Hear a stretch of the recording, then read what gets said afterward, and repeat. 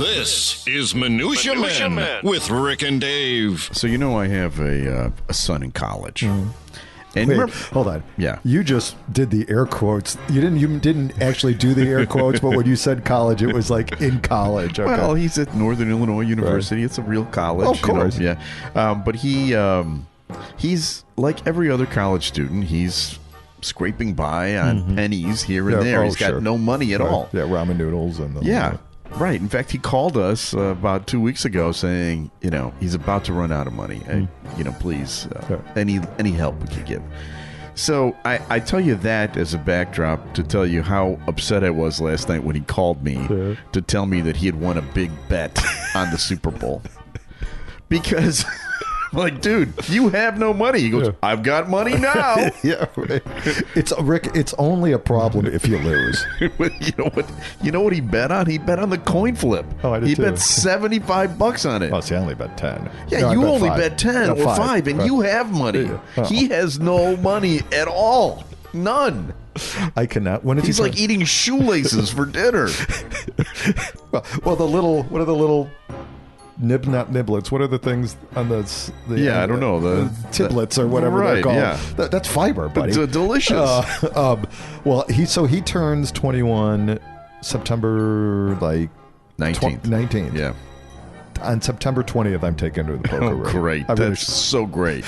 I'm gonna introduce him to Fat Ali. Oh my God. And Volcano Joe and Tibbles.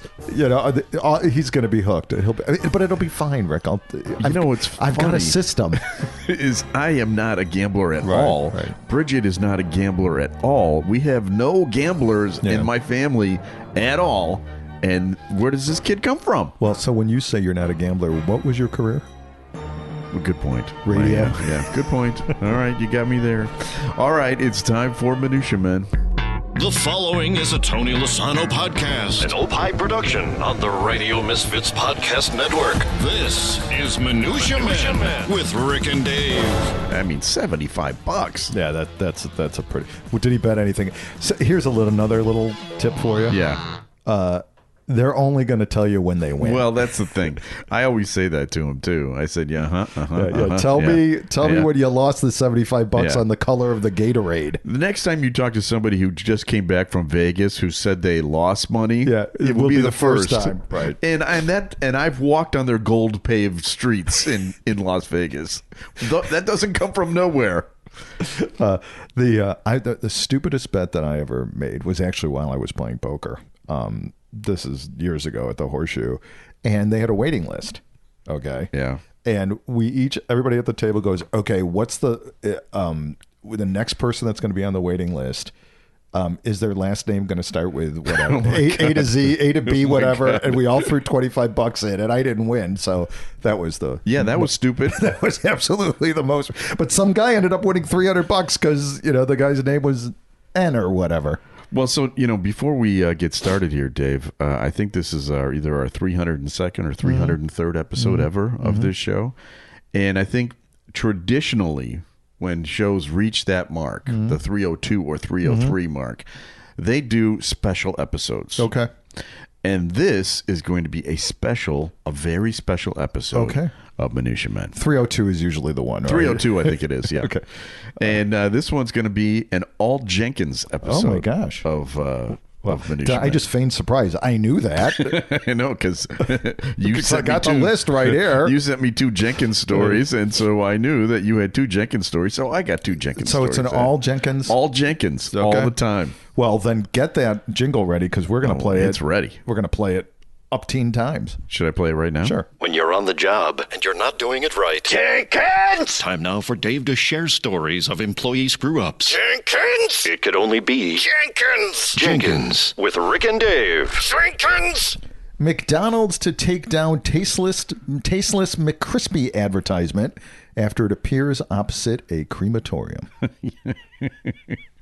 McDonald's is set to remove an advert. Can we post the picture of this for people to see? Because you got to see the picture to really appreciate how bad this is. This comes out of England, by the way, because the article spelled, instead of advertisement, they call it advert. Right, I knew that. Yeah. McDonald's is set to remove an advert for its McCrispy burger Actually, is McCrispy Burger even available in the States? I've never heard of it. I've never heard. After it was rather unfortunately positioned opposite a crematorium. The ad from the fast food chain ended up on a bus stop directly across the Penmount Crematorium in Cornwall, and right next to a sign pointing to the crematorium. While the unintended placement was largely met with hilarity, some expressed concern that it could cause offense, and they spelled offense O-F-F-E-N-C-E. Cornwall Live reports. One person who saw the funny side vowed, if I was from there and getting cremated, I'd make sure that my funeral plans would purposely drive by the sign. Okay, so that's somebody who took it with, Here's somebody else that admitted, this has been the best laugh today. My mom, was cremated here last month, and she would have found this hilarious. Okay, but England has some of their grumpy gusses too. Do they? Yeah. However, not everyone found this coincidence funny. Sally Fireson, a lifelong Cornwall resident, told Cornwall Live that this is inexcusable. Not only should someone lose their job, but I think McDonald's should be held accountable and pay settlements to all who suffered mental anguish over this travesty. News alert to McDonald's. Death is not funny. McDonald's has apologized and is offering free Shamrock Shakes to all residents on February 20th. Yeah. So, well, that's something. So this is not the first time that an unfortunate product or advertisement placement in the world. I'm sure you see it all the time. I've got a couple of kind of funny examples. Okay. In Nashville, Tennessee, a billboard for Henley's adult video store boasted thousands of raunchy XXX titles. Yeah. And you know the billboard right next to it? What? Was for St. Alfonso Church that said, Jesus is watching. Okay. In Billings, Montana, a billboard for Reynolds Fine Dining read, we're perfect for Mother's Day. Right next to a billboard for Friends Farms that read, footlong cucumbers now in stock. Okay. Wow. And finally, right here in our backyard of Dixon, Illinois, not really our backyard, a billboard for Dermatex sunscreen read, my sister accidentally killed herself. Right next to a billboard that said for Bounty paper towels that read, oopsie. Oh, wow. So there you go. Well, the story was about ashes, right? Right. Have I ever told you the story about the John Landecker and his father's ashes? No, but that's a children's book, isn't it? Yeah, it should be. When I was with John's show and he was on WJMK, his father passed away, and he was sent the ashes, and it came in like a cardboard box. Yeah. Right. Yeah. Right. You would think it would be kind of foil embossed or something. It's just like UPS. No, right? like a baggie. Yeah, right. A baggie inside a cardboard box. Yeah.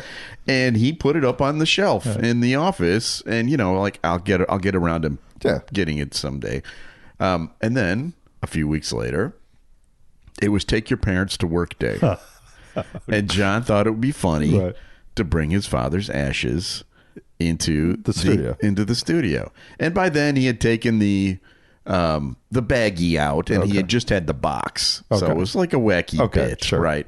On the air live, he opens the box. He goes, oh, wait, there's still some stuff in here. And he blew into the box, and ashes flew out covering the studio, and all of us squealed and screamed, except for John, who was on the floor laughing his butt off, because what he had done is gone to the coffee room and put like Splenda in there and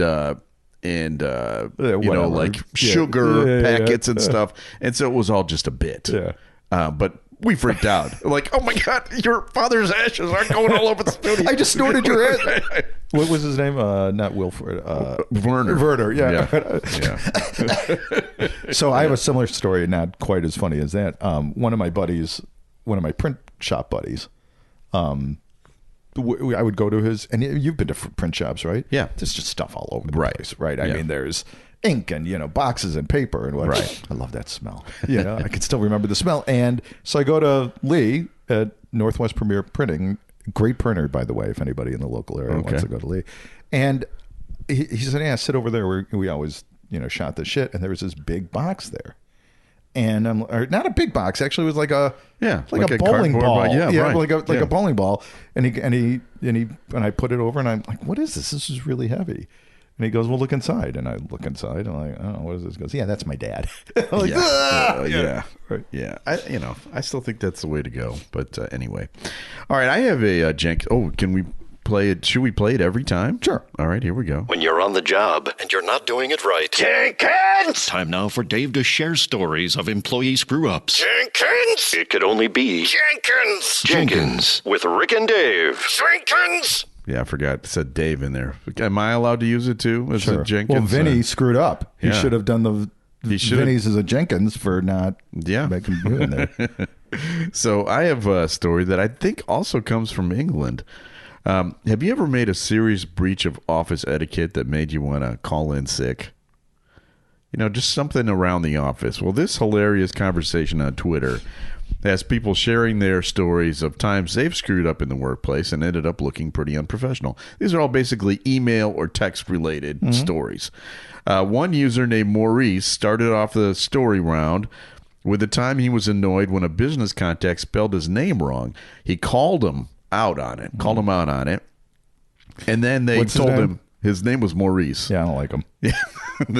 And the guy that he called said, why don't you look at your email? And he looked at his email, and he had spelled his own name wrong. Okay. And he was in the process of calling him out for it. So he felt guilty, put this story out there, and then people responded to it. With all the other, okay. Yes. Now, here are some of the other ones. And there are hundreds of them. Yeah. But here's just a few of them. This one's from Jane. On a Friday, just before finishing work, I had a flurry of emails with a client named Stan. Signing off, he emailed, "Have a great weekend." And I hurriedly replied, "You too, Satan." So close. So close. Heather Jones wrote, "I wrote pubic once instead of public in an article about Bill Cosby." Whoops. That's not good. NOGR wrote, "LOL, this just reminded me of the time my coworker sent an email to our boss and copied the entire department requesting a sick day, except that he typoed a D where the S should go." Well, if they were in a blue state, that's fine. Here's another one. This one's from Amrit. "Feel your pain. I sent an email asking my board colleagues to copulate a word table document instead of populate." And then here is my all-time favorite. From Shell. "I once texted my boss a couple of questions. She answered the first, and to the second she replied, 'I'll be meeting with Mary and Ann today to discuss that.' My reply, 'Thank you for getting back to me on those 2 counts. Except I forgot the O.'" Well, that public pubic thing? Yeah. I did that on an email for Eckhart's Press once. Did you really? Yeah, it was for one of our... it was. Should you be telling me this? It was. Yeah. Well, no one. I don't. No one ever. It was open to the public, right? Yeah. It was one of our book signings. And it was open to the pubic. It was open to the. And I don't think anybody noticed it. Wow. Meaning that no one reads our emails. That's not a good sign, probably. Hey, we got a review. Okay. Phil 6 on Podbean. All right. "Love the brush with greatness stories. You're right. Everyone has one." That's it. That's okay. it. Well, hey, listen, you can rate us, you can review us, you can follow us. If you like Minutia Men, then be sure to pick out something else on the Radio Misfits Podcast Network. You can pick out your favorite new show, opishows.com. Remember that Opie is hippo backwards, OPPIH shows.com. Time for another feature. Time now for Studio Walls. And the words of the prophets were written on the studio walls. All right, so it's not technically all Jenkins. We still do the Studio Wall segment. That's fine. And we're going to also do... We'll do the celebrity story thing that your reviewer just talked about, too. Okay, and right. that's not a Jenkins. Right, either. so... All right. And then we're going to do the tease. Yeah, and that's also not Jenkins. All right, so it's not an all Jenkins show, but it's close enough. This week in 1968, the Beatles packed up their stuff and went down to India to spend a week with the Maharishi. Mm-hmm. And we talked to somebody who was there with them just by chance, a Canadian photographer, filmmaker named Paul Salzman. And we've previously played a clip of that, of the moment that he saw the Beatles. Mm-hmm. And that's a great story. You should go check it out, episode 88. Today, I'm going to play a different portion of the interview. And this is the part where they decided that it was okay for him to take pictures. Okay. And let me see if I can find that for you. It's right here, and it's about 5 minutes, but it's Beatles. Top that.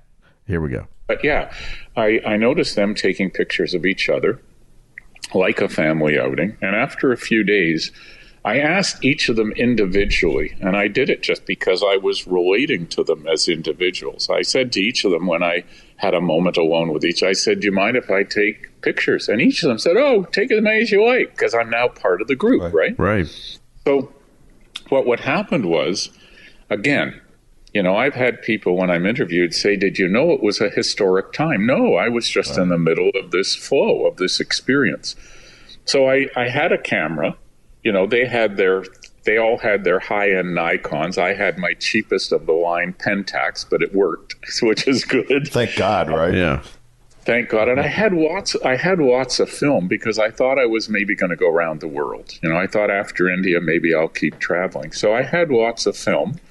But I only took out my camera twice because I didn't think about it. And I only took 54 colored slides, of which I took 72 colored slides, of which 54 of them have anyone famous, Donovan or Mal or that's a pretty good ratio. 54 for 72 is pretty good. Yeah, and then I came home. When I was leaving, by the way, it was very dear. I went back to the table by the cliff. I had packed up.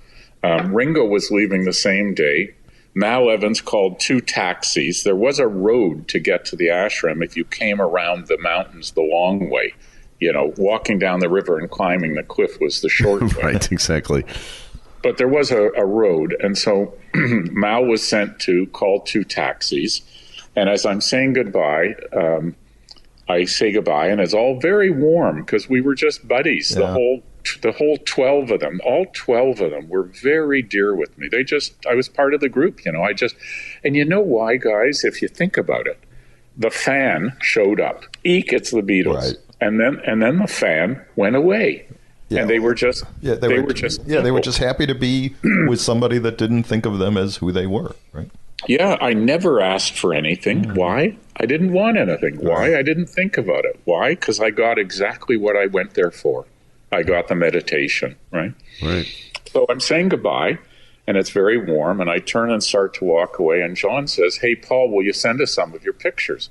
So I turn back, and I go back to the table, and I say, sure. And Jane Asher, who's sitting there, says, here, take my home number. If you call Apple, you'll never get through to them. Wow. So about 6 months later, I have a job working on the first IMAX film. Oh. And I'm traveling through London.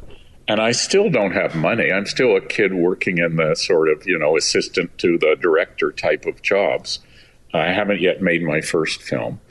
And I want to blow up a print of each of them to give them, because John asked me if I would send them some of my pictures. So I go to the lab in Toronto, and printing color pictures in those days of a poster size was like too much money. I couldn't afford it. Right. So I said, can we print them in black and white? Guys, they looked fantastic in black and white. So I print my favorite portrait of each of them. I take them to London, where I'm working for a few days. I call Jane on her home number. We meet for a cup of tea in Kensington for half an hour. She is a very dear person and a very bright person. She wouldn't talk to me for my first book or my second book or my film. It was like, go away. Wow. She left that world behind, right? Okay. She left that world behind. So we meet for half an hour. We have a lovely chat. I give her the rolled up pictures. She says, I'll give them to them. And I think to myself about giving her my calling card. And honest to God, I have this thought. I think, those guys don't need new friends. Their lives are crazy. So I didn't even give her my calling card. And that was it. So I presume she passed them on. But I need to tell you what happened next. Am I taking too much of your time? No. Go ahead. What happened next in this magic, and again, I want to say magic is available to everyone on the planet. And among all of our problems, if we can just stay in our hearts, the universe just gives us gifts. It really does. And so I'm in London, right? And I say goodbye to her, and her taxi pulls away, and I call it, and I wave a taxi down. And I go to this address, and I go to the address. I don't know what it is, because a friend who was working at the film board, who was a production manager, and I had stayed in touch. And when he knew I was coming to London, he said, hey, come and see me. Come to this address at this time on this day, same day. So I go to the address, and it turns out to be George Martin's Look Listen Productions, a little building in Soho, if I remember right. I'm not sure. And I get out of the taxi and I walk in, and my friend, his name is Bob Bayless, introduces me to two guys who turn out to be the editor and the assistant editor of a new movie. And I'm with them, and the four of us are going to go into a screening room. We're going to screen this new movie. So we go down the hall, we go into this small screening room with about 10 seats. And we sit down. One of the, I forget, the editor or the assistant editor, pulls out a big fat joint. In the days that you rolled big fat joints. Yeah, sure. And you passed them around, right? Right. There was only one, you passed it around. You can't do that during COVID anymore. Right, exactly. The pandemic has ruined that. It has ruined it. The lights go down, and what starts to play is the first release print of Yellow Submarine. God. This is all by chance. Right. I'm trying to put you in that position. Oh my God. I have a feeling you would not be nearly as cool as Paul was, you know? No, there's no chance. There is no chance. I would have just been a little blubbering fool.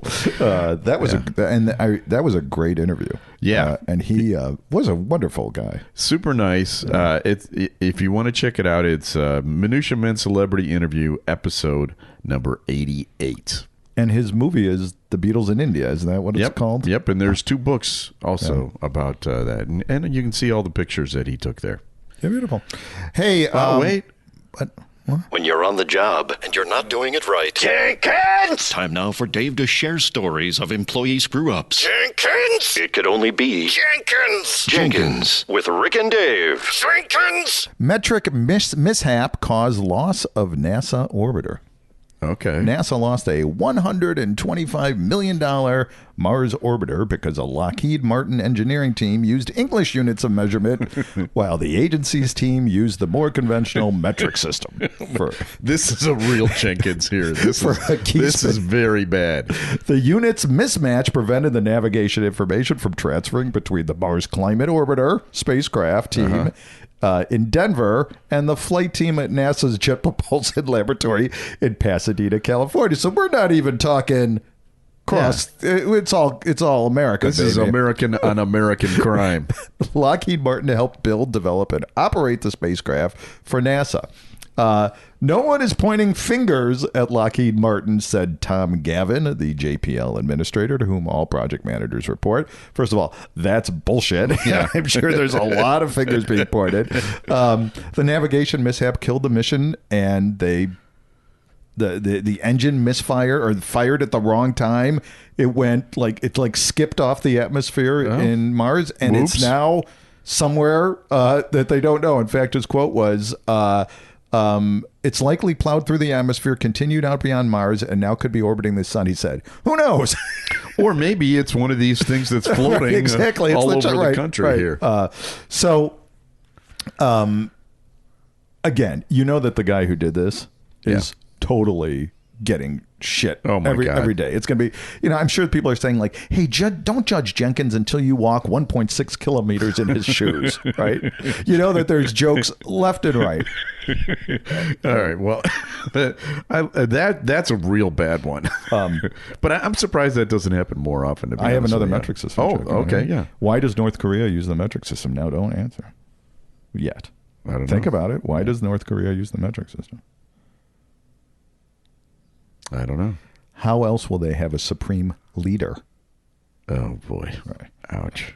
I could have done a Red State 9mm joke, but I'm not going to do it. Okay. Wow. Okay. That was a bad one, wasn't it?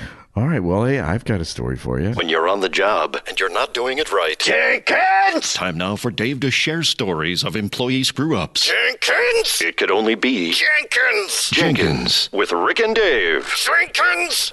So this is actually a pretty short story. It's about a product that has come out. It's a Mighty Morphin Power Rangers. Now, you remember the Mighty Morphin Power Rangers. Yeah, it was. I had daughters, and we missed it, right? We were a little... Yeah, my two oldest sons were into this. Right. Actually, just Johnny, my middle son. He loved the Power Rangers. That was just huge for him. Yeah, I know who they are. Yeah. And, John, there Paul, are... George, and Ringo. Right. There are the regular Power Rangers, the yellow, red, blue, or whatever, And Tinky Winky. And then there are the bad guys and the monsters that they fight. And they sell these all as action figures. Well, one of them is called Titanus. Okay.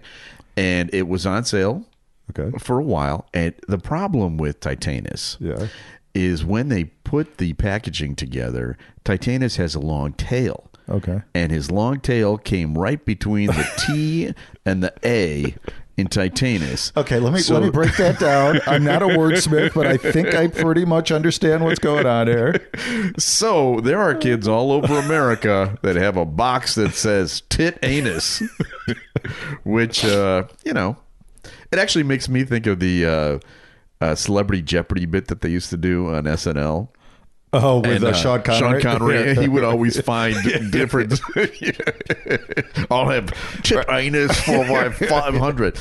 Anyway, that's this week's Jenkins-A-Palooza. But it's not the only thing we do here. We still do this. A random name pulled out of Rurik's bowl of brushes with celebrities. Mixture, collection, selection, assemblage, medley, assortment, variety. Time now for Celebrity Potpourri with Rick and Dave. Though, actually, now that I think of it, this is kind of a Jenkins story, too. Okay.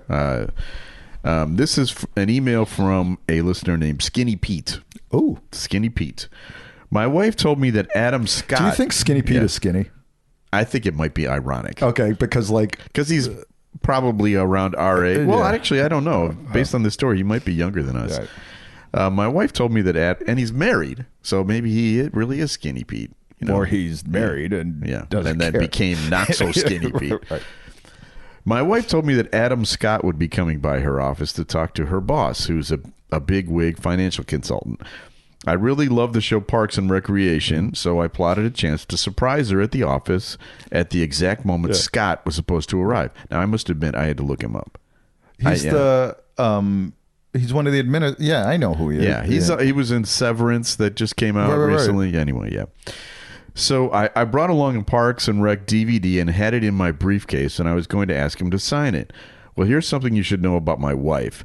She had been told that Scott was a celebrity, but she honestly had no idea who he was, like me. Turns out she really didn't know. When I got to her desk, she asked if I wanted to be introduced to Adam Scott. I said, absolutely. She tapped the guy next to her. Adam, this is my husband, Pete. Pete, this is Adam. It was Adam Scott, all right. Adam Scott, the golfer. Not Adam Scott, the actor. And I had to look him up, too. Adam Scott, the golfer. He's one of the top golfers in the world. I had never heard of him either. But there you go. That's our Celebrity Potpourri story. Did I tell you the George Lucas story? No. Have I never told the George Lucas story? This reminds me. So I'm at Toys R Us. Yeah, on Addison and Western. Are there even Toys R Us? I don't think so. I think Amazon blasted through all those people. And Aaron at the time was really into Star Wars. Okay. I mean, just really into Star Wars. So I ended up getting a Lego set of, I don't know, the X Fighter or I don't know what the hell it was. Tit anus. It was the tit anus, right? Yeah. So I go there and I'm in line, right, next to a man who was just an older man, didn't think anything of it.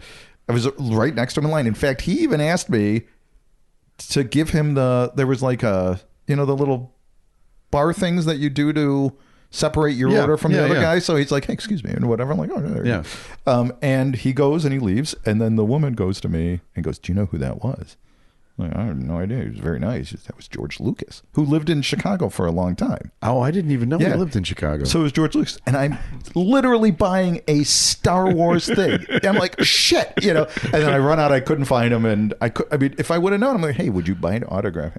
This proves your point that everybody has a celebrity story. But how many of them are people that you don't No, right? That they're celebrities. I'm sure there's others. You're going to go to the Boston market today, and no one's going to know who you are. Yeah, and I'm a huge celebrity. Well, so be sure to send us your stories. We like to share them with the listeners, and everybody's got a story. So we also have another show that we run that's called Minutia Men Celebrity Interview, which, by the way, is like number 9 in Pakistan right now. Yeah, you showed me that. How did that happen? I don't know. All right. Well, hey, whatever. You're not number 9 in U.S. Why don't you tell everybody who was on the show this week? So Steve Moore, you probably don't know the name, but chances are that you know who he is because you probably saw his video back, 8-10 years ago. He was the drummer in that gold tuxedo. Do you remember that? I do. Of course you do. Who has over 50 million views, and he was this guy who really he's known as the Mad Drummer, and he's like Keith Moon on crack, right? And he was playing this gig that you would not think of this guy would be at, and he shot to literally worldwide fame with 50 million views. He was on The Office, and very nice guy. And we ended up talking to him about his meteoric rise to fame. Yeah, it's a fun conversation. Go check it out. It's a Minutia Men Celebrity Interview, and it's up there right now. We have to thank people here. We've got a special Jenkins. We'd like to thank Jenkins. Thanks, Jenkins. Thanks, Vince, for creating the Jenkins jingle. Yep. Special thanks to our executive producer, Tony Lasano with opishows.com. Opie is hippo backwards. OPPIHshows.com. We're distributed by Ed Silla with Radio Misfits. Great Talk Radio isn't dead, Dave. It's just moved to a better place. RadioMisfits.com. Was it cremated? Perhaps. Perhaps.